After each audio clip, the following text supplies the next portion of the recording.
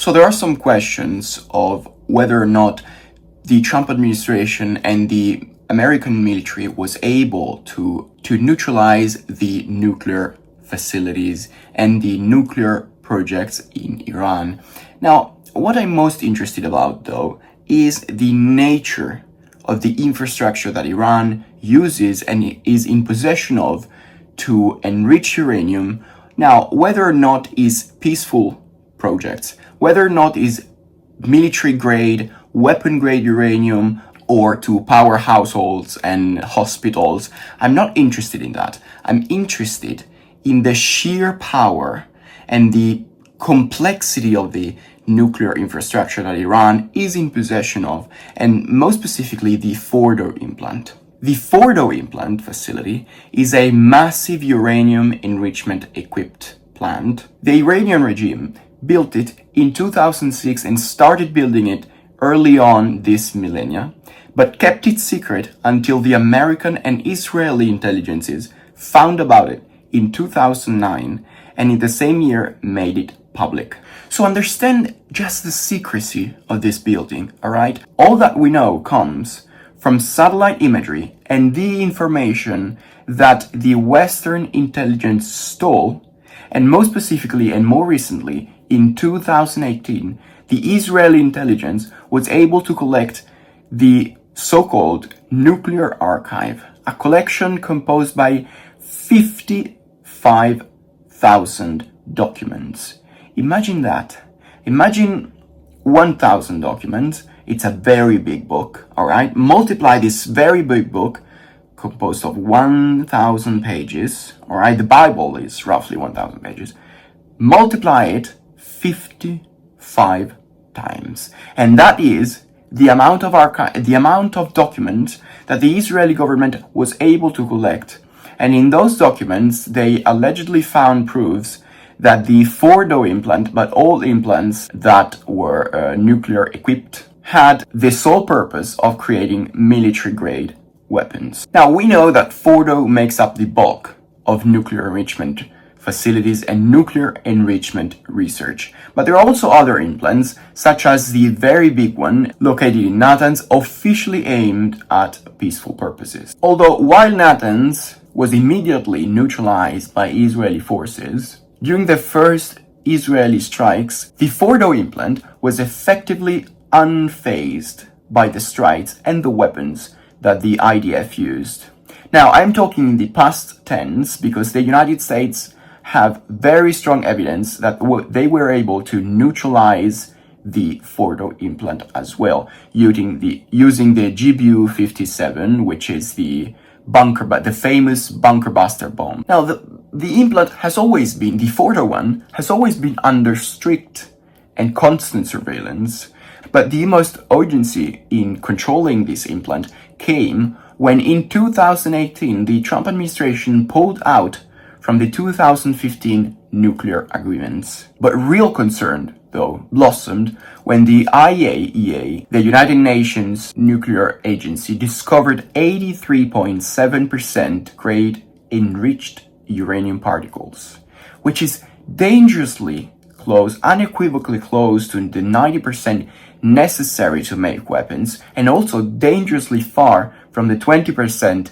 sufficient to make peaceful purposes. Peaceful and medical purposes that were initially declared. Inside the Fordo plant, there are uranium enriching centrifuges, which is expensive machinery that, using the centrifuge force, extracts uranium-235 from uranium-238, which is naturally found in an ore form.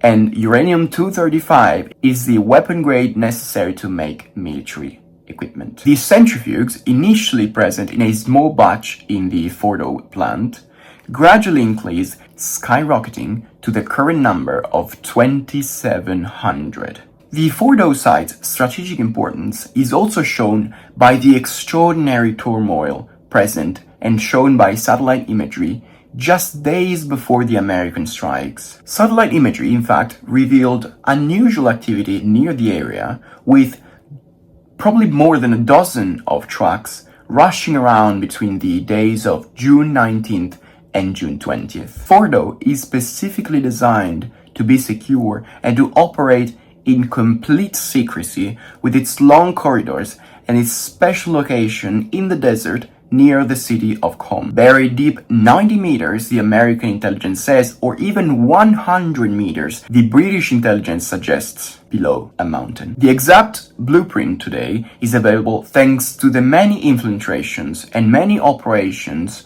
of the American and Israeli intelligence alongside the aid of European intelligences. The bulk of what we know comes from the nuclear archive I told you before, the 55,000 documents revealing blueprints, the purposes of the implant, and all the structure of the areas. The Fordo fuel enrichment plant presents also special features regarding the materials with which the facility was constructed. The meters-thick underground walls are in fact made of a special blend of concrete, limestone, and quartz powder. Quartz powder in particular is critical for highly strategic buildings because it provides formidable durability features. Quartz powder is finely ground silicon dioxide and it enhances hardness and resistance to chemical weathering. Quartz also has a high melting point